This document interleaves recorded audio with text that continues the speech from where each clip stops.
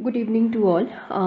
Let's see another tool, which I got introduced to, especially with the mixed methods.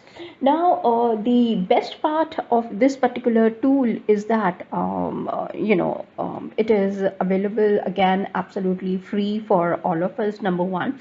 Number two, this is being useful to us in both writing a systematic literature review as well as in the mixed methods research also. So I thought before I can share the books, the articles with respect to the mixed methods research, these kind of tools really help us to understand the jargon, number one. For example, let's say if I have to discuss with you certain terminologies, especially meant for mixed methods research.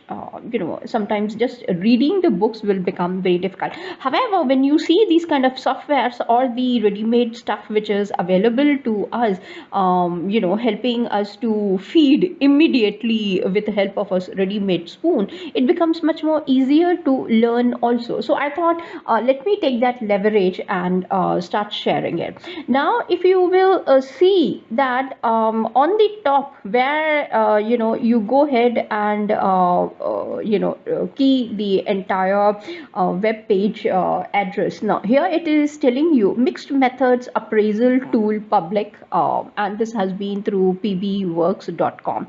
So this is basically a appraisal tool. Remember that if you are writing a good systematic literature review, there has to be a critically I would say appraisal tool that needs to be used, and I presented it that yes, if you are taking care of it, those kind of protocols are necessary or the frameworks are necessary. So here comes in one more tool which is available to us, which helps us to go ahead with the mixed methods. Okay, so before I can go ahead into the depth of the MMR stands for mixed methods research. I thought let me even dwell into these kind of softwares or the Excel sheets or the Word files which are available, and it is easier for us to really learn certain things and go ahead also side by side.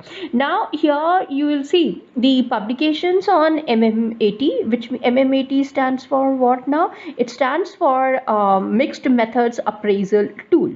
Okay, now version is 2018, and you will see that improving, there is always had been this doubt that whenever we are talking about the mixed methods research, especially in the qualitative domain, do we even talk about validity, reliability and all? Because MMR is a combination of both qualitative and quantitative. You would see the introduction of the words like content validity, okay, reliability. We will see all these things coming in. So these authors who designed the entire tool, and they are Hong Q N, then Pluy P, then Fabregas S, Bartlett G, Boardman F, Cargo M, then Dagnais P, Gagnon M, then P Griffiths, then you have got Nicolai B, then O Cathian A, Russo, MC Weddell, etc. And this was taken care in 2019. They came up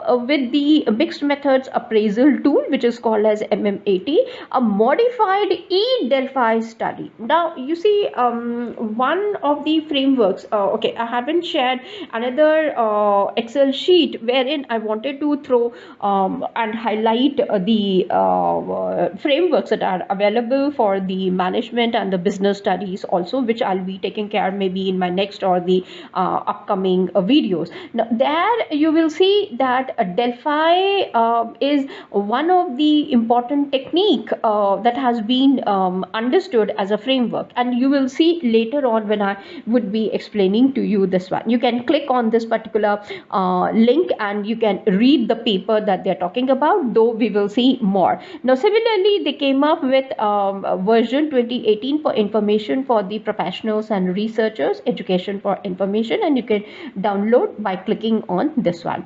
Now, why do you require it? Now, improving the usefulness of the tool for appraising the quality of qualitative, quantitative, and mixed methods studies, and the MMAT, it turns out to be that kind of a tool for us. So that is another thing that we need to understand. Now, similarly, you are also able to understand and see that yes, there are other things also like efficiency and reliability testing using this particular tool itself. So there are a lot of papers which I'll be showcasing it, systematic mixed studies reviews. Then you have got this person, that is systematic mixed studies reviews, reliability testing of the mixed methods appraisal tool. Now, it's a beautiful paper and I need to showcase this one also.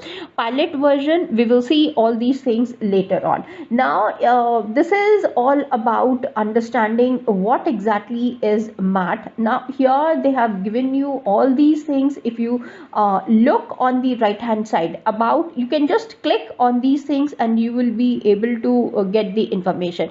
Now you want to download them. Now click download the MMAT and you will see lot of them coming in. You can go ahead. Now, for example, you want to train yourself how to use it, what it is, and you can simply click on this one and it will take you and give you the PDF format of the entire thing, or you can simply click on download and it would be taken care. Now, for example, this is what I have got, and this will give you the entire information about how to use this particular tool, what all things are available in this. So it's a like a doc which is available and you can really go through them.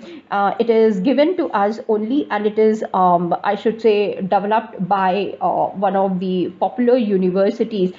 If you just look at it, that is McGill. Now, it is one of my favorite universities, I should say, because of their contributions that they are taking care. Now, here you will see that they have given you the complete information. For example, what is MMAT? So here they have said that it's a critical appraisal tool which is designed for an appraisal stage of systematic mixed study reviews, that is reviews which include qualitative, quantitative, and mixed method studies. Now you understood why I have taken up this particular tool, so that you are able to use it.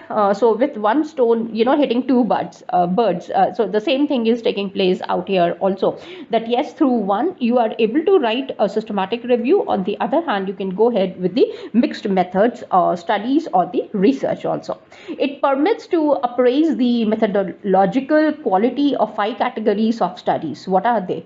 Number one, qualitative research. Number two, randomized controlled trials. So if you are more interested to go ahead with the trial studies, this is the one. That non-randomized studies, which is non-medicine, non-nursing, non-surgery schools, that those schools also can use this one. Then quantitative descriptive studies. So we are focusing more on the descriptive statistics of the quantitative side. Then mixed method studies also can be taken care. Now, this was developed, remember, in 2006, number one, and was revised in 2011 and later on in 2012. So even in 2018, they had continuously, they are taking care, and you are most welcome to share your feedback or some suggestions. You can give it to them and they are ready to take care. Now, what is the tool used for? Now, MMAT can be used to appraise the quality of the empirical studies, that is the primary research based on experiment, observation or simulation. So for me, that these things are really important, all three of them. So if you belong to the experimental school or observational school or simulation school, you're most welcome to use it. It cannot be used for non-empirical papers such as review and theoretical papers. You cannot use them. Make it absolutely clear. Then they're telling you MMAT allows the appraisal of most common types of the study study methodologies and designs. Some specific designs such as economic and these things can be assessed. Other critical appraisal tools may be relevant for these. So we will see what are the various critical appraisal tools which are available for us, and there's a huge list which is there, and this is one of them. So I thought, okay, let me go ahead and share it with each one of you so that we are allowed know more about it. What are the requirements?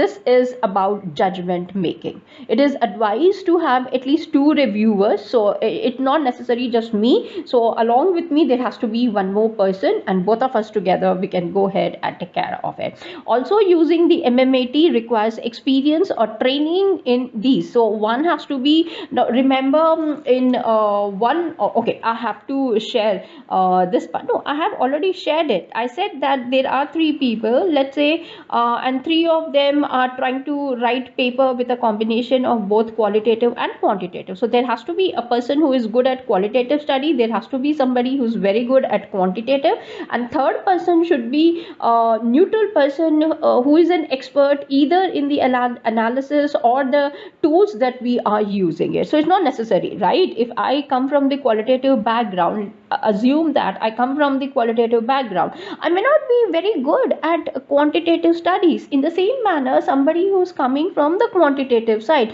need not be very good with qualitative, and it is possible that the person does not even know iota of the qualitative studies. What are the techniques, what are the various schools which are available, and how to proceed further with them, correct? So these things need to be taken care of, and that's where you require the experience plus the training also side by side. Now, for instance, MMAT users may be helped by a colleague with specific. Now, for example, I have the data sheet with me, let's say, and it is full of numbers. However, whenever I try to do some kind of a data mining, the moment I go ahead and import that particular file, I get some kind of an error. Now, I'm unable to fix it. Why? Because I don't come from that angle. So, I need to rely on the expert who comes from that particular domain. So the importance of the teamwork also is being highlighted out here, that you cannot be the king or queen of the entire thing.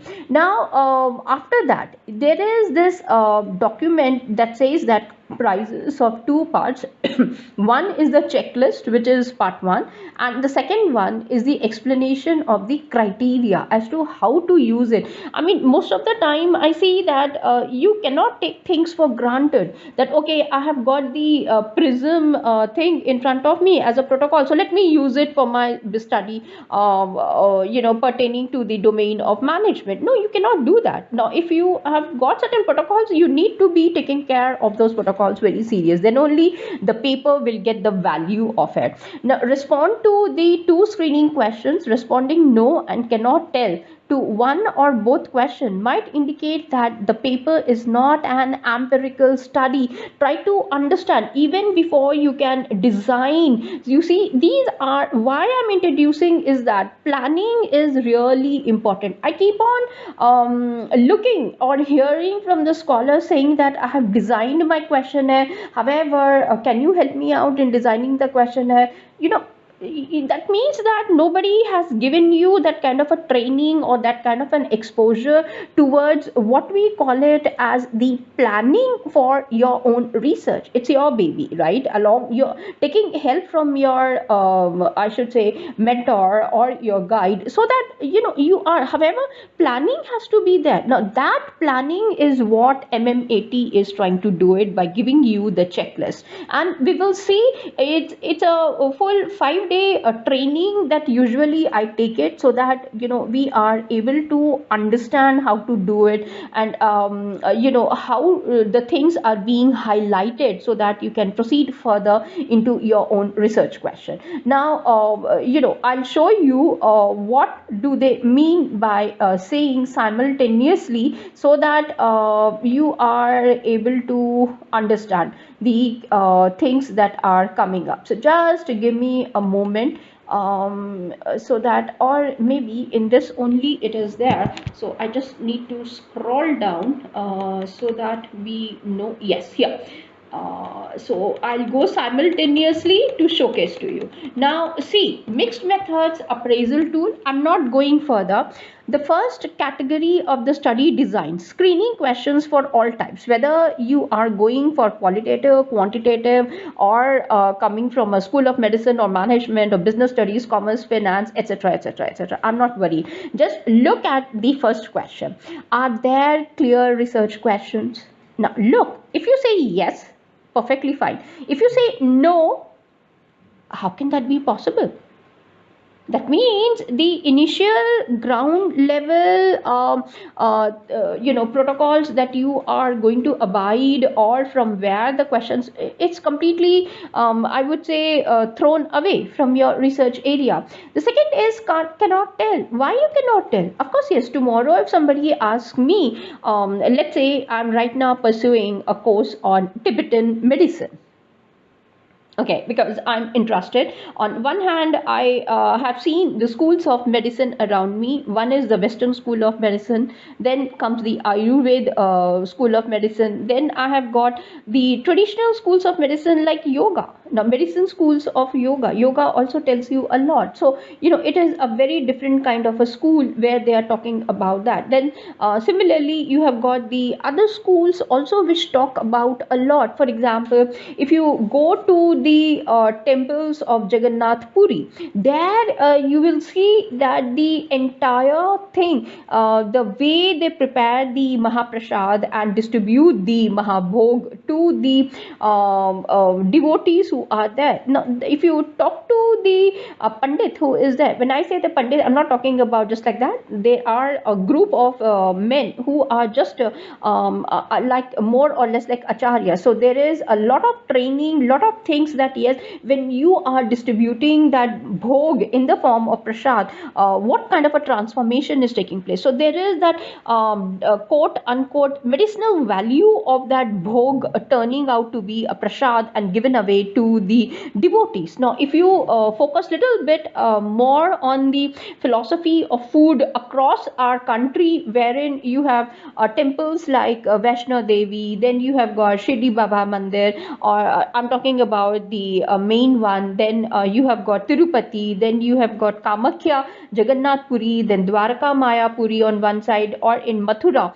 Now if you or Akshardham, now if you look into these things very seriously, the way they are preparing, or the spiritual leaders like Sadhguru ji or Shivani ji from Brahma Kumaris, or Sri Ravi Shankaracharya, Baba Ramdev, when they're talking about the food and everything, there is that spirituality which is being attached to it, and then they go ahead. So if you ask me at that time, okay fine, you're doing the research, do you have the research questions with you? And if I say no, then either you are in a dilemma that what kind of a person, and she's coming up and telling me that yes, she's heavily into research. Without research questions you cannot. So it becomes really, so no cannot tell. If a person is checking out these two things immediately, then that I cannot go further. So that is what they are discussing out here. So here you will see that yes, respond to the two screening questions. Responding no or cannot tell to one or both the questions might indicate that the paper is not an empirical study. You understood now? Now, for example, when you're coming up with the title of your work, how to insert an empirical study. It cannot be right in the beginning itself that you will come up and write the title saying that dot dot dot dash an empirical study. No, you cannot decide it. That decision cannot be taken up from your side immediately, and thus cannot be appraised using the MMAT. MMAT users might decide not to use these questions, especially if the selection criteria for their review are limited to the empirical study. So if you're going in for pure empirical studies, these are the questions that you need to focus upon and understand it. For each included study, choose the appropriate categories of studies to appraise. Look at the description of the methods used in the included studies and then go forward. Similarly, rate the criteria of the chosen. Now, you see, I need to read each one of them correctly in order to understand what is MMAT and how to use it. Now, before I can go ahead, and discuss the entire paper with you, then you will have to go ahead, give it some kind of a scoring for it. Now this cannot be done just like that. How to give that scoring, how to take care of it is something again you need to go ahead and suppose thing if you're using this particular document, then you can go ahead and cite it using this particular thing that they have given to you. Now let's come to the MAT version, that is what I'm more interested in rather than anything else.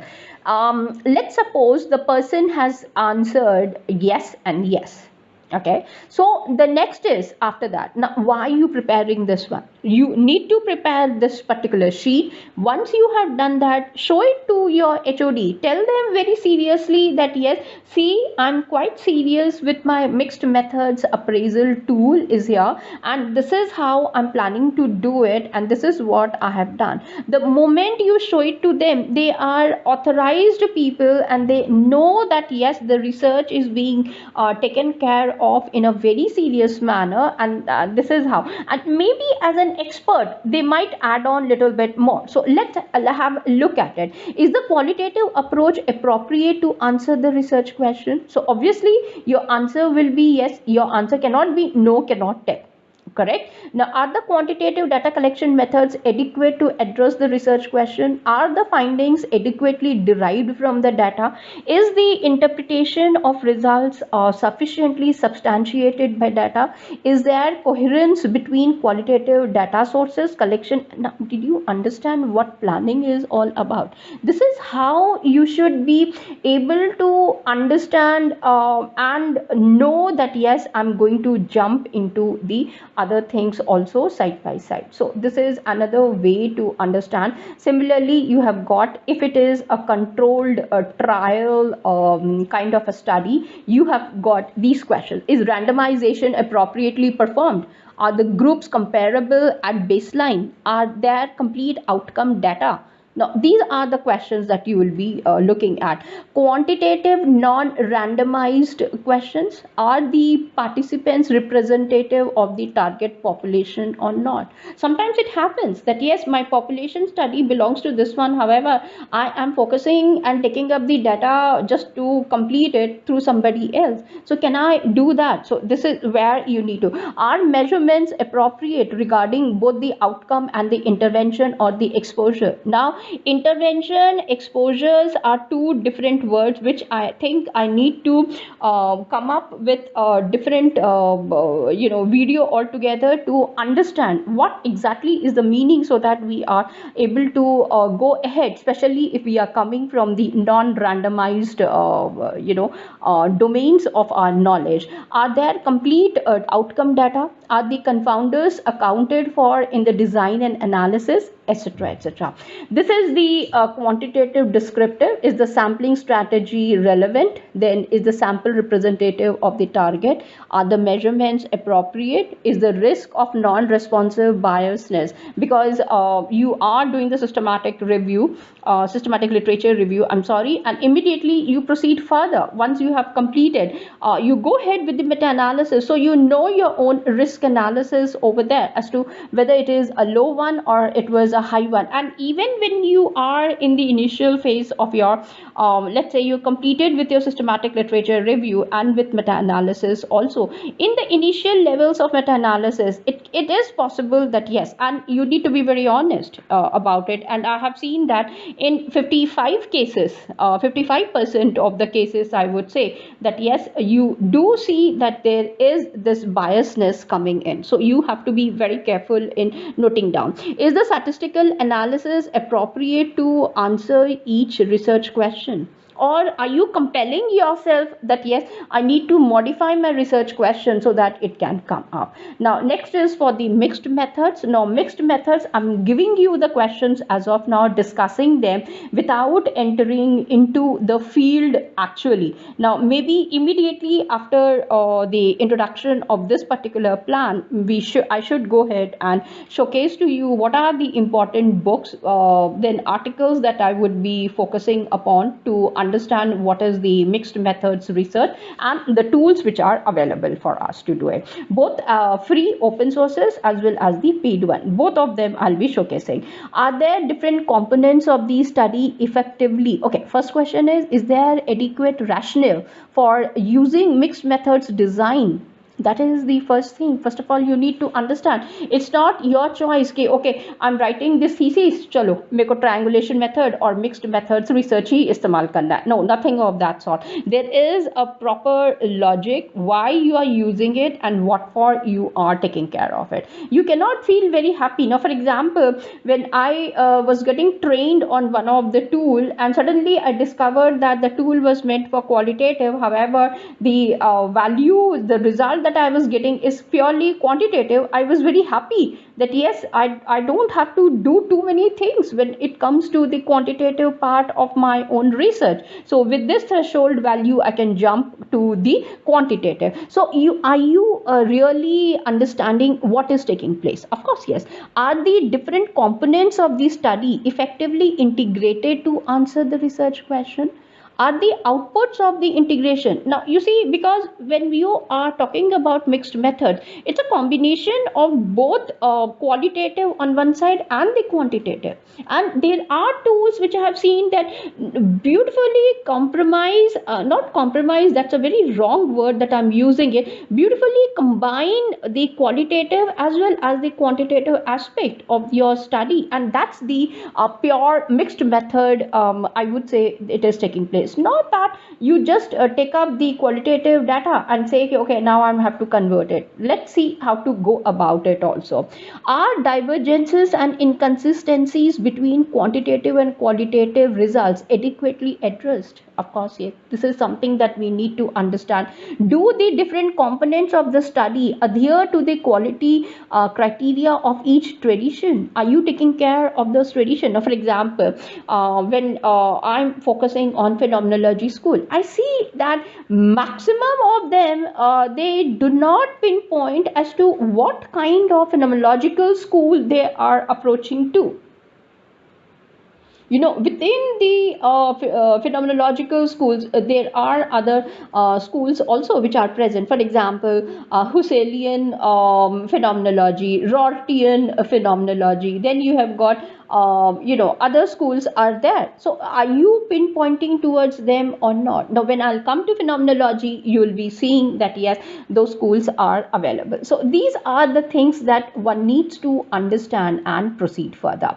Now this is the explanation. This requires a totally a different setting, so I think I will not go more than this. Let me come up as a different video altogether to understand the second part of this particular MMAT, which is meant for the mixed methods appraisal tool. So keep watching for the next video to understand more. Till then, thank you and take care. Bye.